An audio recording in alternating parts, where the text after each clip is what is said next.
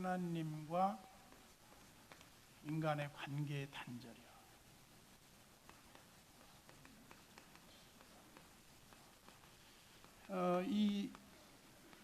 이런 경우를 우리 개인적으로도 아마 체험하게 될 때가 많이 있을 거예요. 하나님이 일시적으로 우리를 사랑하지만 내게서 너무나 멀리 계신 것 같고, 나를 떠나 계신 것 같고, 나를 더 이상 하나님이 사랑하지 않으시는 것 같은 그런 버림당한 느낌을 받을 때가 있을 거예요. 그때가 언제냐면 신앙이 이렇게 초보 단계가 아니에요. 그때 이미 신앙이 다 성숙하고 은혜 체험도 하고 하나님을 충분히 알만한 그런 영적 지식을 소유했음에도 불구하고 왜 이런 의식이 들까요? 그것은 죄의식이에요. 죄의식. 이 단절의 원인은 죄의식인데, 자의적으로 내가 그렇게 생각하는 경우가 하나 있고, 하나님이 경고를 계속해도 하나님의 백성답지 못하게 사는 그 사람들의 그 자괴감에서 오는 그런 죄의식과 함께 나는 하나님 앞에 버림받았나? 나는 이제 하나님의 사랑받을 자격을 상실한 건가? 이런 생각이 들 때가 있을 거예요. 그게 뭐냐면 자기 신앙의 성장이 정지되고 오히려 퇴보하는 듯한 그런 느낌이 들 때가 있어요. 그러나 반면에 하나님의 경고를 통해서 너 그렇게 하면 안 된다. 너 그러면 못 써. 너 정신 차려. 예를 들면 그런 환경적인 하나님의 경고의 음성이 들릴 때, 네, 알았어요, 하나님. 그리고 이 하나님의 음성을 듣고 민감하게 반응을 하고 거기서 돌이키면 굉장히 회복이 된단 말이에요. 근데 그렇지 못하고 계속 목을 뻣뻣하게 하고 고집을 피우면 하나님이 두려워지기 시작해요. 아, 내가 이제 하나님 이렇게 믿어서는 안 되는데, 이런 그 자괴감이 굉장히 괴롭단 말이죠. 그럼 어떻게 극복해야 할 것인가? 오늘 이런 그 과정을 생각해 보게 돼요. 하나님과 이제 이스라엘 백성. 그래서 우리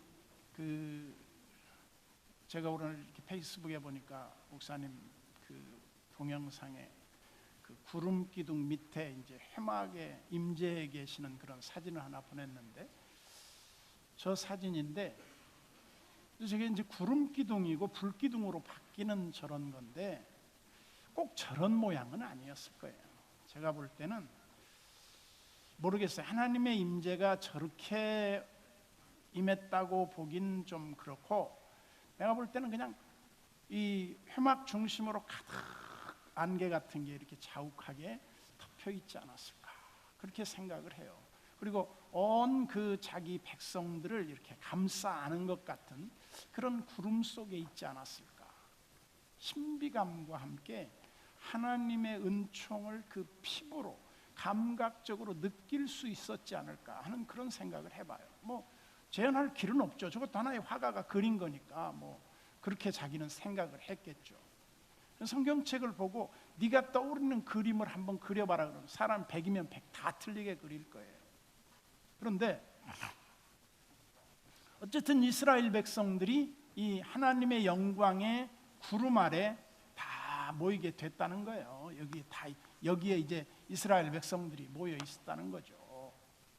그러면 항상 이 중심에는 회막이 있었어요. 회막은 뭐예요? 하나님과 이스라엘 백성의 대표였던 모세와 미팅 장소란 말이에요. 회막, 만나는 장소라는 거예요. 미팅홀이라고 그래요. 그런데 이 회막에서 무엇을 얘기했냐? 하나님의 심정을 모세에게 얘기해요. 그럼 모세가 그걸 다 듣고, 여러분, 하나님이 여러분들에 대해서 이렇게 말씀하십니다. 이제 모세가 대언을 하는 거죠. 그 말을 듣고 백성들이 또 반응하기도 하고 또 하나님이 직접 구름에서 이렇게 말씀하시기도 하는데, 이런 이 과정을 통해서 이스라엘 백성들을 계속 훈련하시는 거예요. 그런데 그 훈련이 아무리 인간이 훈련을 시켜도 훈련이 안 되는 부분이 있어요. 참 제가 우리 그 손녀를 이렇게 보면서 이제 이런 거를 내가 가르쳐 줬어요. 너 말이야, 할아버지가 생각하는데 세상은 다 내 마음대로 되는 게 아니야. 굉장히 철학적이잖아요. 이제 4살 된 애기인데, 그러니까 얘가 딱 심각하게 듣고, 그럼 어떡하냐고. 그래서 내가 그럴 때 인내해야 하는 것이다. 참아야 되는 거야. 내가 다 원하는 게 세상에 될 수 있는 것은 아니다. 그래서 안 되는 것을 안 되는 줄 알고 그걸 인정하고 받아들이는 거야. 근데 얘가 그걸 알아듣는 거야. 아버지 저거 사줘. 안 되는 거 있다고 그랬지. 크면 먹을게. 그러고 안 먹는 거예요. 진짜로. 초콜릿도 예를 들어서 지네 엄마가 먹지 말라 그래요. 지네 엄마 없는 데는 얼른 먹어요. 근데 지네 엄마 있는 데는 먹지 말아야지, 참아야지. 참는단 말이에요. 전 어렸을 때 그렇게 못했어요. 그냥 무조건 떼써서 먹고 말지. 근데 아이들이 그 먹고 싶은 걸 참고 안 먹을 때 어때요? 기특하고 예쁘잖아요. 굉장히 귀엽잖아요. 하나님도 마치 우리를 어린아이 다루듯 하시는데, 하나님이 무슨 말씀을 하실 때 우리가 잘 들으면 하나님께 기쁨이 돼요. 너무 그게 하나님께 영광이 되는 거예요. 하나님 영광 받으시옵소서. 그런데 뭘 영광 받아? 말로만? 그게 아니라 내가 하나님의 뜻을 행하러 왔는데 하나님의 말씀을 이렇게 행하였나이다. 그러므로 하나님이 영광을 받으시고 하나님이 기뻐하시는 거예요. 그게 인간의 본분이란 말이죠. 근데 이게 우리 쉽냐 이 말이죠. 계속 그렇게 다짐하고, 그래 안 되는 건 받아들이고 참아야 돼. 네, 그러면서 섭섭한 거지. 잘 안 되는 거예요. 그러면서 이제 제가 무슨 말씀을 드리려고 하느냐, 관계의 단절이 일어나면 회복을 하려면 회개가 있어야 돼요. 회개가 없이는 회복이 안 돼요. 그래서 만일 우리가 죄 없다 하면 하나님을 거짓말하는 자로 만드는 것이요, 만일 우리가 우리의 죄를 자백하면 저는 미쁘시고 의로이사 우리의 모든 불의에서 우리를 깨끗게 하실 것이요, 우리를 하나님 앞에 자백한단 말이에요. 그게 회개예요. 하나님 제가 또 어리석게 행했습니다. 그래서 내 영혼의 그 고통스러운 그 하나님의 불순종에 대한 음성을 계속 내가 듣고 되놓이는 거예요. 하나님 괴롭습니다. 하나님 죄송합니다. 하나님 또 이렇게 하나님의 마음에 제가 더 기쁨 드리지 못한 이 부족함을 용서해 주십시오. 이런 이제 그런 기도를 수없이 한다고요. 그냥 삶 속에서 드리는 기도죠. 그러다 보면 이제 하나님과 관계가 소원해졌던 게 회복이 돼요. 근데 그냥 기도만 한다고 회복이 되는 게 아니에요. 뭘 해야 되느냐? 여기 오늘 말씀에 보면 장신구를 떼내버리라 이것이. 여러분, 장신구가 뭐예요? 액세서리, 코골이, 귀골이, 손, 팔찌, 반지. 옛날에는 꼭 발 목걸이를 이렇게 달고 다녔던 것 같아요. 거기다가 또 뭐 금방울 같은 걸 이렇게 달고 다니면서 이렇게 걸었나 봐. 그러면 이제 자랑하는 거지 그게. 근데 지금도 뭐 이제 저 이집트 같은 데 가보면 그 여성들이 발목에다 이렇게 금 발찌 같은 걸 껴요. 그리고 또 이렇게 화려한 옷을 입고 말이죠. 근데 그런 이 뭐랄까 이렇게 뭐죠, 이렇게 저 화려한 잔치에 가는 걸 뭐라 그러죠? 뭐 무도회 같은데 이제 뭐 이렇게 그야말로 그 초대받는 자리 같은데 가는데 보면 이집트 사람들의 그 경제 수준과는 차원이 다르게 굉장히 화려하게 치장을 해요. 이제 그런 거를 아마 고대부터 이스라엘 사람들이 늘 봐왔을 거예요. 제가 그 브라질에 갔을 때 그런 말을 들었어요. 브라질에 가면서 저는 세상의 최고의 미인은 다 브라질에 사는구나 그랬어요. 딱 탔는데 승무원들부터 내가 지금까지 못 보던 사람들이야. 미안하지만 한국의 승무원들은 그런 사람이 없어. 우리 집사람도 감동을 받았어. 안 가봤으면 말을 하지 마. 그런데 제가 볼 때 이 사람들은 체질적으로 그렇게 하나님의 축복을 받은 것 같아요. 근데 그 브라질 사람들이 나는 그 경제적 규모로 보면 1인당 GNP가 $10,000도 안 될 거예요. 어떻게 보면 가난한 나라인데 옷을 굉장히 화려하게 입어요. 이제 그 포르투갈 왕족들이 와서 살았던 곳이 이게 브라질이거든요. 그래서 남미에 포르투갈을 쓰는 나라는 브라질밖에 없어요. 모르겠어요. 또 제가 모르는 나라가 있는지 모르겠지만 제가 알기로는 그냥 남미 쪽에서는 아마 브라질 외에 어떤 나라가 하나 있다고 들은 것 같기도 하고. 그런데 제가 거기 가서 놀란 이유가 뭐냐면 그 가정부들이 정말 그 주인집 아줌마보다 더 멋있게 하고 다녀요. 그래서 왜 이렇게 멋있게 하고 다니냐 그러니까 예를 들면 주인집 아줌마가 최고의 유행 패션 뭐 예를 들어서 샤넬의 무슨 옷을 하나 입었다 그러면 자기 1년 월급 받을 거를 땡겨 갖고 옷을 그걸 산대. 그러니까 격에 안 맞는 거죠. 과분하게 사치를 하는 거예요. 그런 걸 들으면서 참 이 사람들은 미래를 준비하지 않는 것 같아요. 현실 세계만 즐기고 말 것 같아요. 이 사람들은. 물론 지금도 이제 브라질 같은 경우에도 보면 보그마율이 굉장히 올라가고 있는데 어쨌든 그런 화려한 치장, 그 화려한 옷차림 이런 것들이 아마 이스라엘 백성들이 이집트의 노예 생활하면서 몸에 뱄던 것 같아요. 그러니까 이제 그거를 다 이집트 사람들이 출애굽을 할 때 다 주었단 말이에요. 야, 너 이거 가져. 손목걸이, 발목걸이 다 빼줘. 평생 한 번도 못 해봤는데 얼마나 좋겠어요. 막 그냥 생으로 뚫어가지고 막 무거워서 낑낑대고 다닐 정도로 막 귀고리를 막 붙이고 다니지 않았겠어요? 근데 그 모습이 얼마나 하나님이 볼 때 별로였을 것 같아요. 느낌이. 그래서 오늘 말씀에 보면 장신구를 떼어버리라 그래요.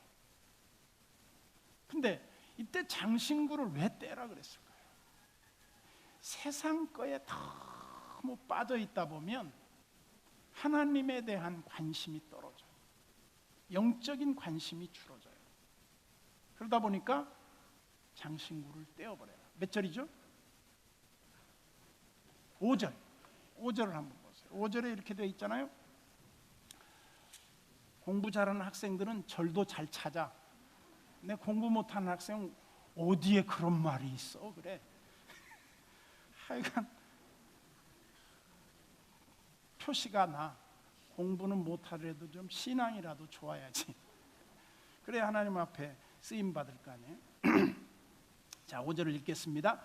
여호와께서 모세에게 이르시기를 이스라엘 자손에게 이르라. 너희는 목이 곧은 백성인즉 그랬어요. 여러분 이 사람이 말이죠.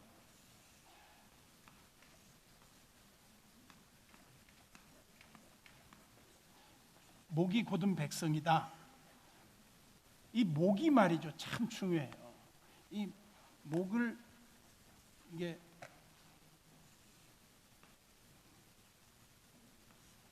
이제 목이 이렇게 뻣뻣해.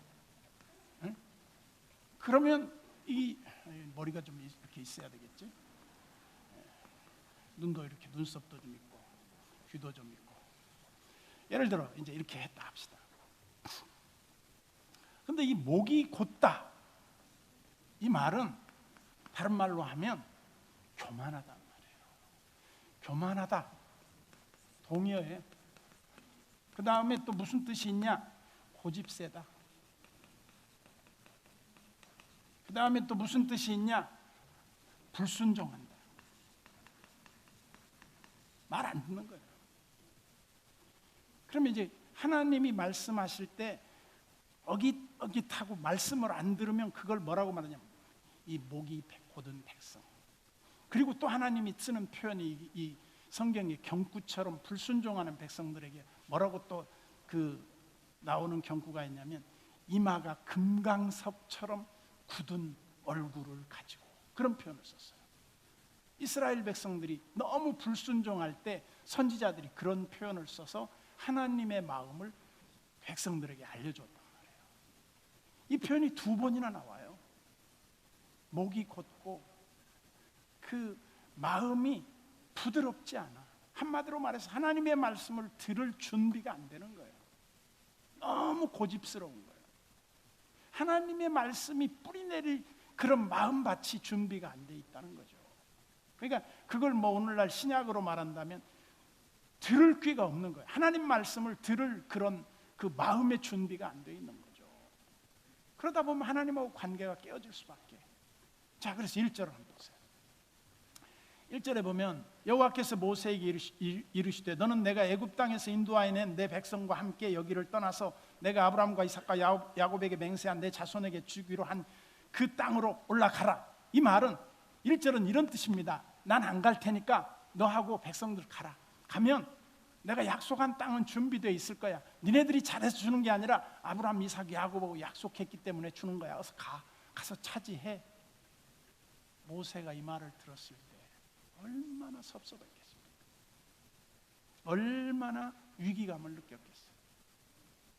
그래서 2절을 보세요.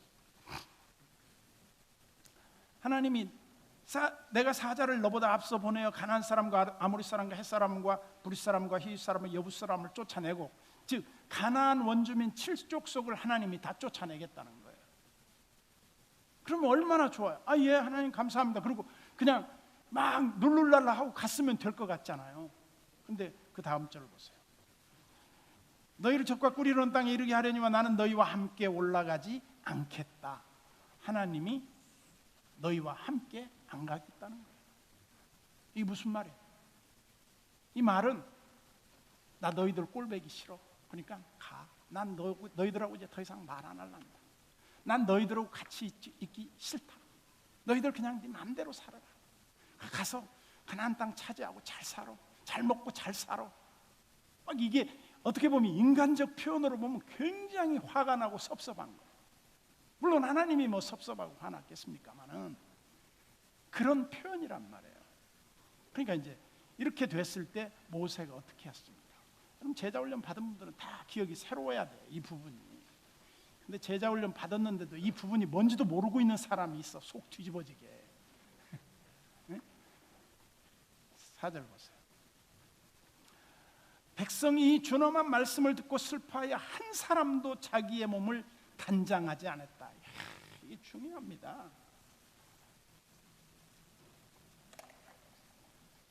여러분 진짜 하나님 앞에 은혜를 받고 기도 응답을 받으려면요, 그냥 파운데이션도 바르지 말고 그냥 로션도 바르지 말고 그냥 얼굴을 그냥 씻지도 말고, 남자들은 수염도 깎지 말고 그냥 옷도 그 작업복 같은 것만 입고 이렇게 다려 입지 말라고요. 예? 여기서 뭘 했어요? 4절에 자기 몸을 단장하지 않았단 말이에요.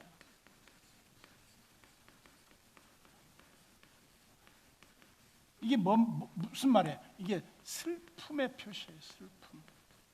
하나님 슬프도소이다. 하나님 저희들이 잘못했습니다. 하나님 저희들이 또 미련하게 행했습니다. 하나님 저희들이 참 바보같이 살았습니다. 이 표현이에요. 그 말은 다른 말로 무슨 말이에요? 하나님 앞에 죄송하다 이 말이에요. 하나님 죄송합니다.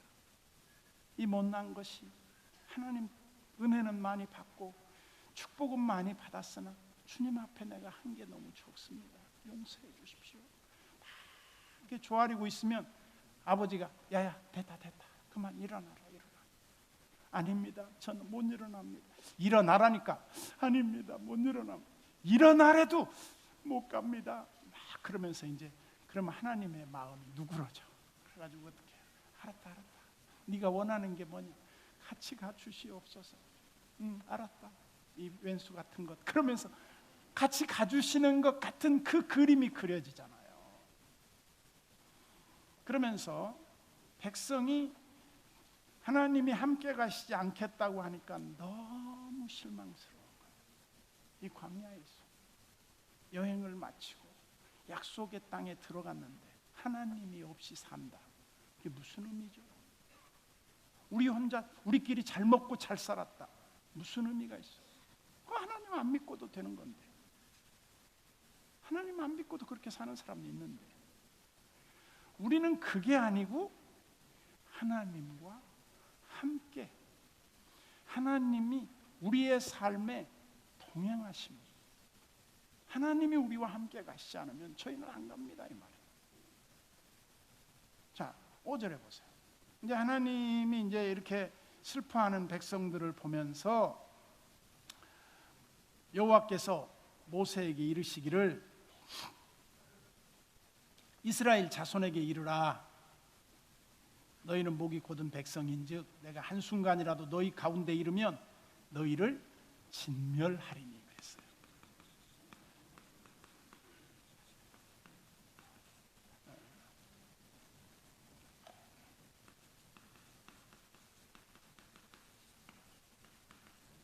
이 말이 말이죠. 무슨 말이냐면 내가 너희들하고 함께 간다고 하자.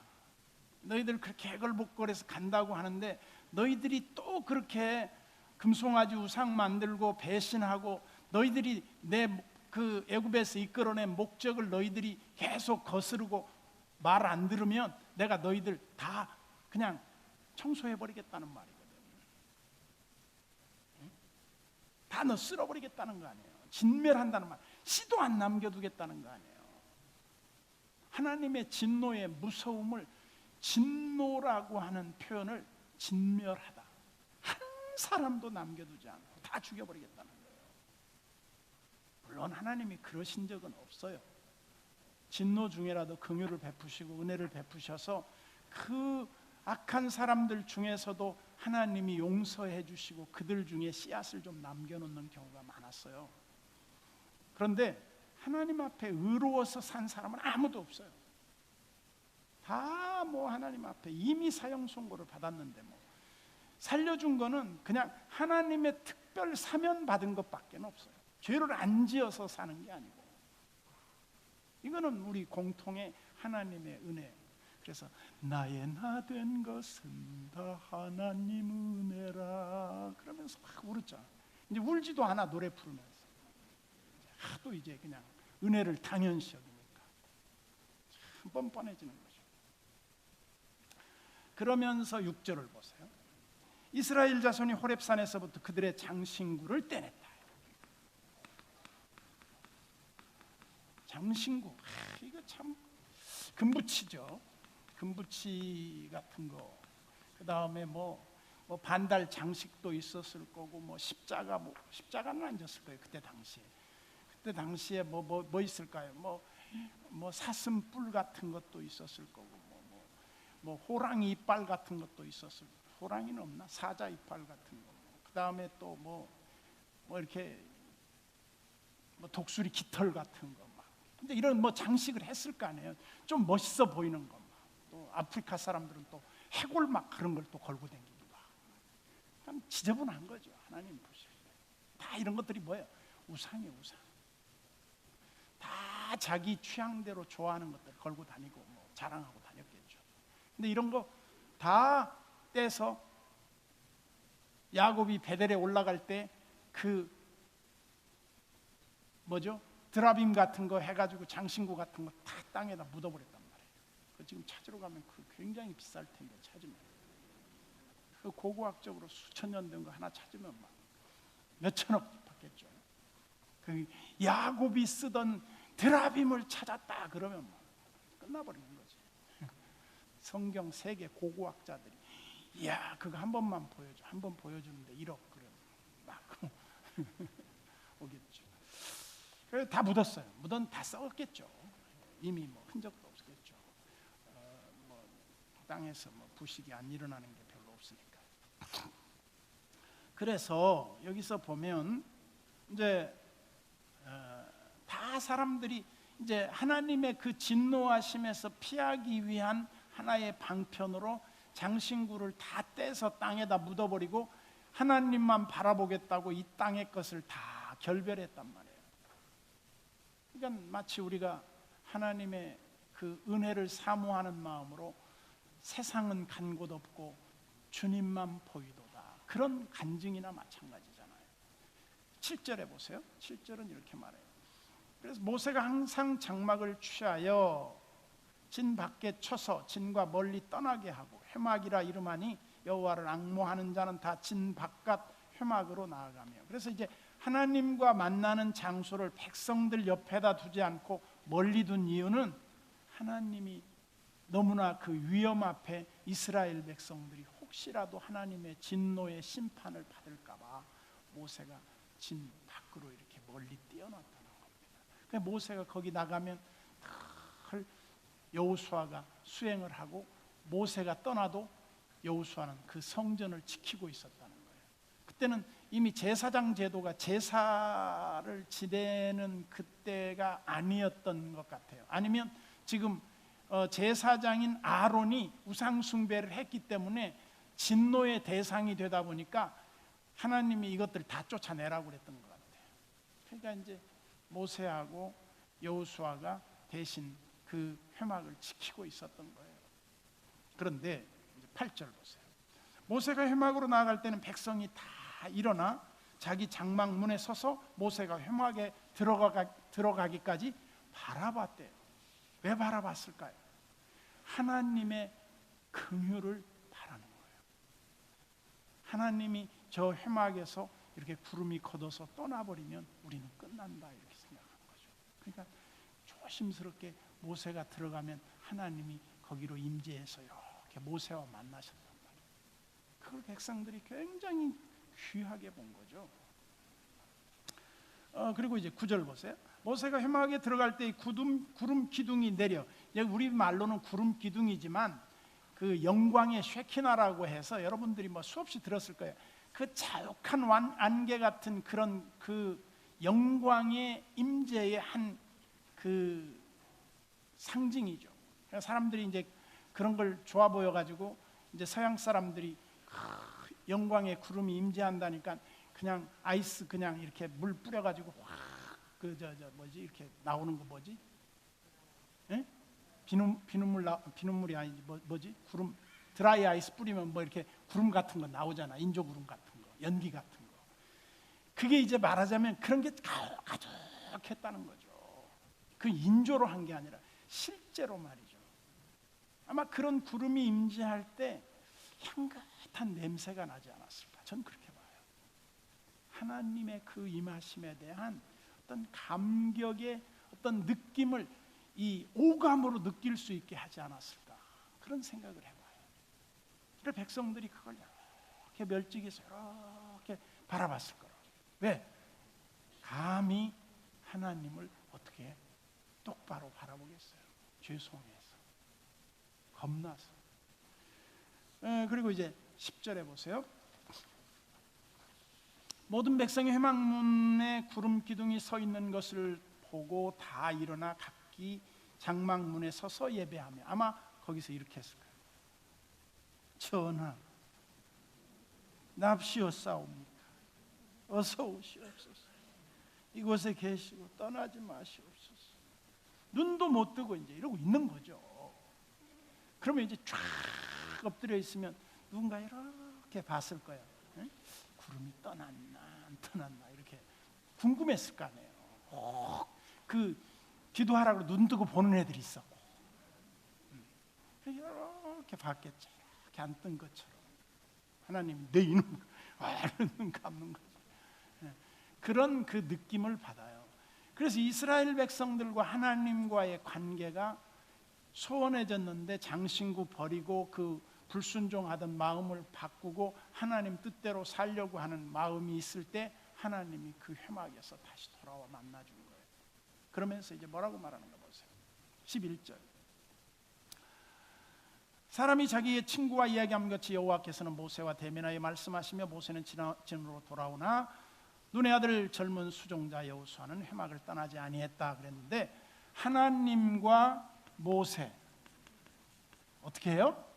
대면했다는 거예요. 대면해서 대화를 했대요. 여러분, 이 말을 우리말 의역이지 이게 원문 번역은 아니에요. 이 말의 의미를 되돌려보면 무슨 말이냐면, 모세는 일반인들에게는 하나님의 계시의 방법이 다양한 형태로 나왔지만 모세에게만큼은 직접적으로 말씀했다는 거예요. 모세야, 내가 이 백성을 정말 싫어한다. 왜요, 하나님? 얘들이 너무 말을 안 듣는다. 내가 얘들 다 없애버리고 네 자손으로 새로 만들고 싶다. 하나님, 죄송합니다. 하나님 마음을 아프게 한 우리 이 백성들의 죄를 용서해 주십시오. 그리고 하나님, 제가 죽어서라도 이 백성을 살릴 수만 있다면 저를 죽이시고 이 백성을 살려주십시오. 모세가 이제 중보자로 나서는 거예요. 얼마나 가득합니까? 그 마음이. 하나님이 모세를 보고 참으시는 거예요. 그러면서 용서하시고 하나님이 그 백성들과 함께 회복하시고 같이 가는 거예요. 그러면서 또 뭐라고 말하는가 보세요. 여기까지네. 개봉 박투 다음 주에 또 얘기합시다. 다음 주에 할란지 안 할지 모르겠지만 하겠죠. 기도합시다. 하나님 아버지, 감사합니다. 우리가 하나님 앞에 예배하러 와서 하나님 말씀을 들으며 말씀 거울 앞에 내 자신을 비추어 볼 때 불순종했던 이스라엘 백성들과 우리가 더하면 더했지 못하는 그 정도는 아닌 신앙을 지속하고 있는 어리석은 저희들입니다. 주여, 우리 무리를 불쌍히 여겨주시고 긍휼히 여기시고 우리를 떠나지 마시고 우리와 동행하시며 우리와 함께 하시고 마침내 하나님의 보호와 인도 속에서 우리의 인생 여정을 잘 마치는 그날까지 주님이 우리를 떠나지 마시고 늘 함께하여 주시옵소서. 예수님의 이름으로 기도드리옵나이다. 아멘.